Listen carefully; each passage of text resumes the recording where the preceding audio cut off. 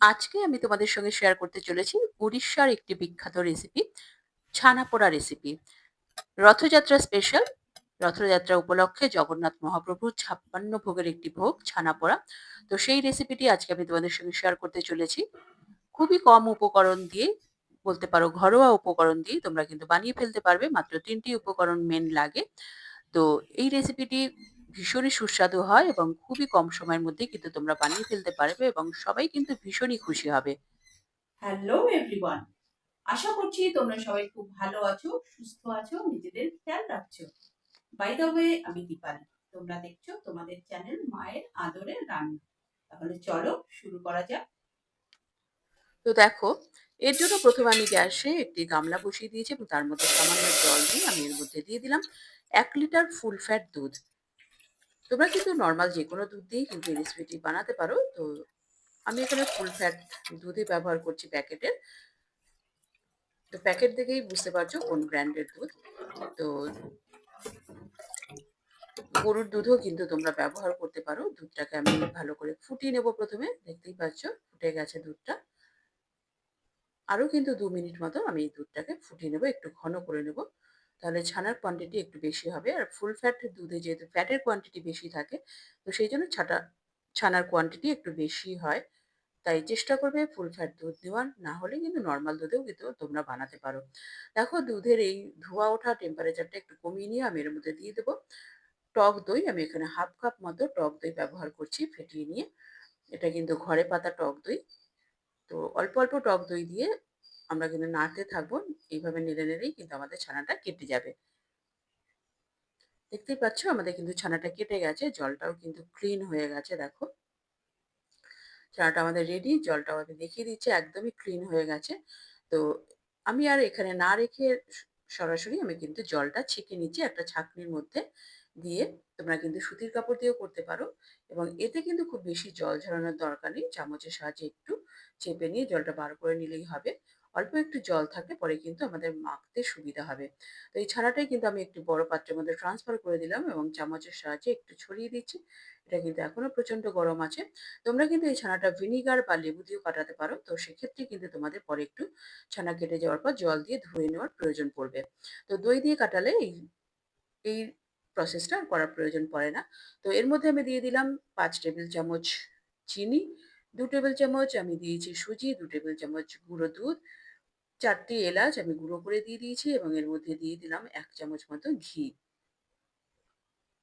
ঘি এবং গুঁড়ো দুধ অবশ্যই দেওয়ার চেষ্টা করবে। এতে কিন্তু টেক্সচারটাও যেমন ভালো আসবে এবং ফ্লেভারও ভালো আসবে এবং ভীষণই টেস্টি হবে। একদমই কিন্তু দোকানের মতো তোমাদের টেস্ট ফিলটা হবে। তো দেখো সমস্ত উপকরণ আমি কিন্তু ভালো করে মেখে নিচ্ছি।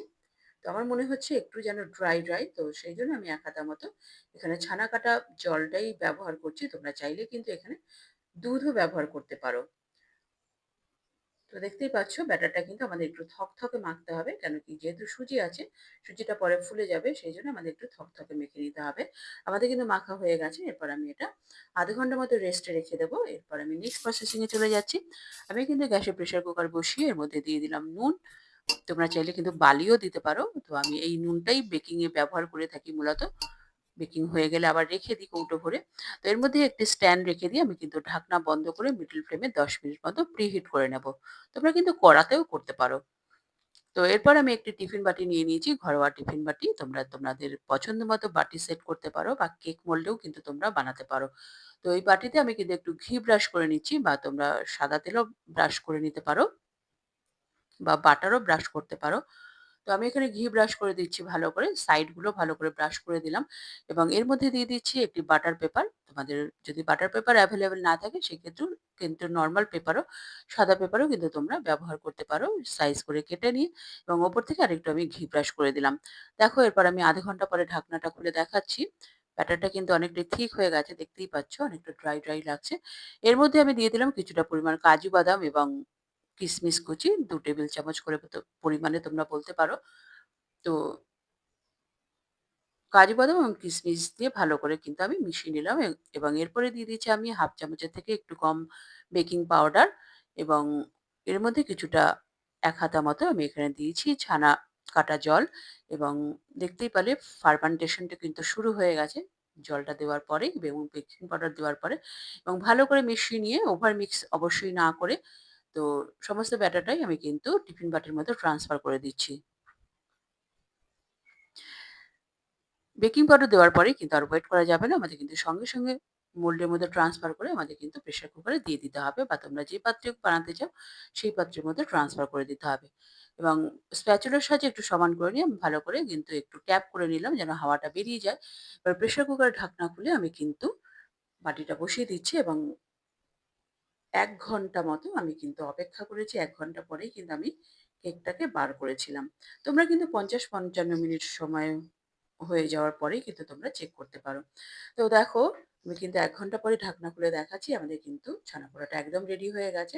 টুথপিক ঢুকিয়ে দেখালাম। টুথপিক কিন্তু একদমই ক্লিন আসছে। দেখতেই পাচ্ছ। এরপর আমাদের কিন্তু বার করে নিয়ে একদমই কিন্তু ঠান্ডা করে নিতে হবে।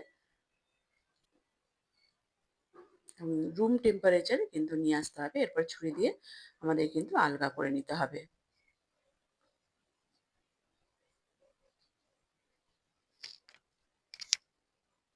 ছুরি দিয়ে আলগা করে ওপর থেকে আমি একটি প্লেট রেখে সেটাকে উল্টে নিয়ে দেখো টিফিন বাটির ওপরে একটু ট্যাপ করে নিলেই কিন্তু আমাদের কিন্তু সহজেই বেরিয়ে আসবে। দেখো বাটার পেপারটা কিন্তু ভেতরেই রয়ে গেছে। আমাদের কিন্তু ছানা পোড়া একদমই রেডি। রেসিপিটি ভালো লাগলে লাইক করে দিও এবং তোমার প্রিয়জনদের সঙ্গে প্রচুর, প্রচুর, প্রচুর শেয়ার করো এবং আরো এই ধরনের নিত্য নতুন রেসিপি দেখার জন্য চ্যানেলটির সঙ্গে জুড়ে থাকো। চ্যানেলে যারা নতুন এসেছো তারা চ্যানেলটিকে সাবস্ক্রাইব করে বেল আইকনটি প্রেস করে রাখো যেন পরবর্তী নোটিফিকেশন সবার আগে তোমার কাছে পৌঁছায়। এরপরে কিন্তু আমি কেটেও তোমাদের দেখাচ্ছি। দেখো তোমরা কাটিং দেখেই বুঝতে পারছো কতটা নরম এবং তুলতুলে হয়েছে এবং জালিদারও হয়েছে। আমি তোমাদের ভেঙেও দেখাবো।